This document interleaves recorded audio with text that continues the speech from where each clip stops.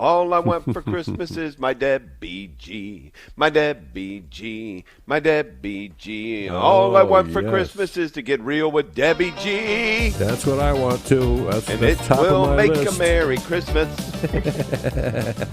Good morning, Debbie. You better be there after all that. For goodness sake, I'm serenading in the whole thing.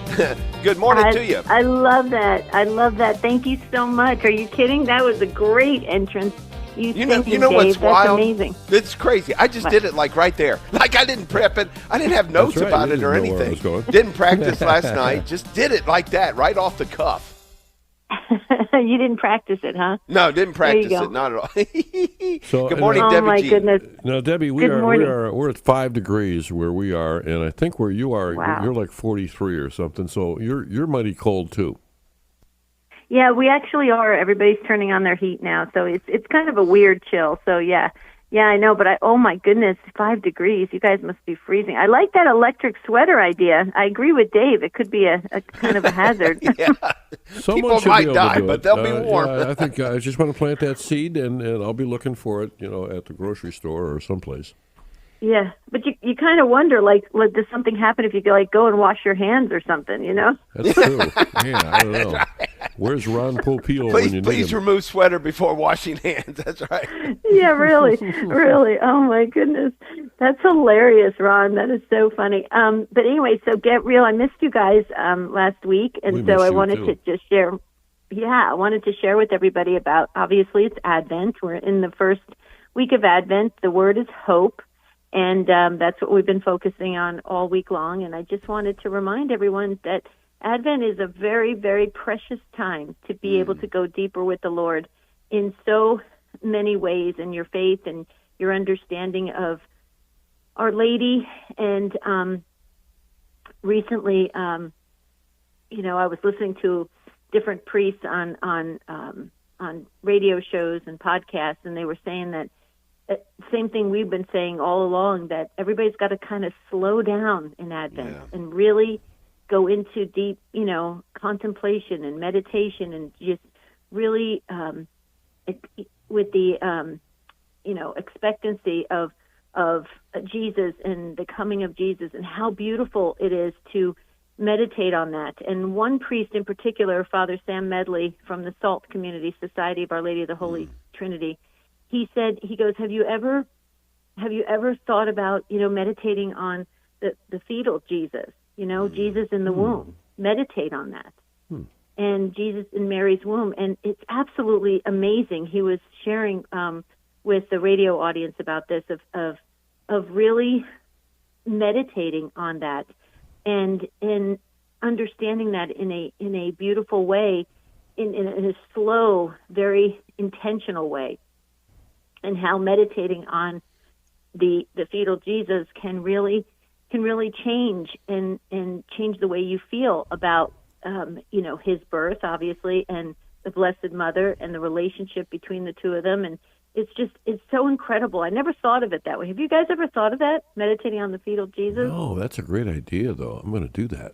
Yeah, and I've been thinking, look, a lot of people talk about the passion of Jesus, and you think about it, when he comes to that time when he's going to suffer, starting at the garden and all that. And I say the passion of Jesus started when he entered the womb. For the first time, God is confined. He is chosen to be confined. Oh, yeah. And he's confined for 9 months in the womb of Mary. And he's growing and he's doing all those things. And again, it is the very first time that by his own decision of his own will, he has made himself available for confinement. And I think, oh my goodness. And then all the passion that takes place from that moment of conception, the things that, again, he's chosen to be vulnerable in the womb. He's also chosen to know some things and not know some things. It's just amazing to me, the sacrifices that Jesus made. And we always think about it starting at the cross, but brothers and sisters, it started at conception. That's brilliant. I never even thought of that. It's very interesting the way you said it. The first time he was confined. Wow. Yeah, right. Wow. I mean, And in that way, and really, that's the whole process of being human, right? And he was all human, all divine, right? So very interesting. See, it's amazing to go back to the womb, as a point to focus on during Advent. But the main get real I really wanted to share with everyone is that please, 1 week is almost down already from Advent. Right. See how fast it's going? That's how Advent works. And already you can see it everywhere. Everybody is preparing for Christmas. If you can just slow it down a bit and stay in Advent, it'll spiritually benefit you tremendously. So just every time you feel yourself rushing towards Christmas, just pull back and really just slow down. Think of the manger scene, the nativity scene. If you have your creches up, whatever you've got to do to slow it all down, and then experience the spiritual and the grace benefits of it.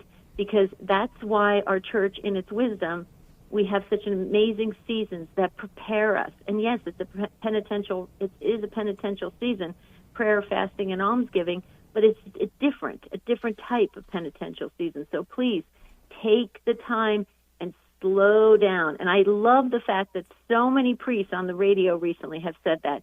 Adam Bly and I, we've been saying it for many years, and I'm so glad the priests are saying everybody just pull back and take it moment to moment during Advent. So that would be my best get real for today is just that reminder, that friendly reminder, as you can tell that Advent is just speeding by. That is a great suggestion and a great thing to focus on, because we're so not used to slowing down. You know what I mean?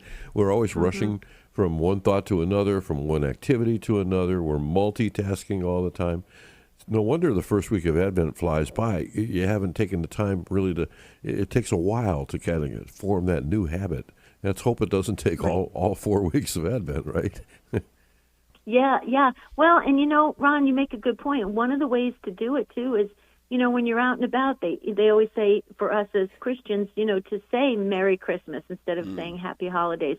But really, you should say to people, have a blessed Advent. Ooh, I like that. I did. Yeah, and it's interesting. I actually said that to a person on the phone, and I didn't know if they were Christian. I just said, have a blessed Advent, and she kind of didn't know what to say. She goes, oh, thank you.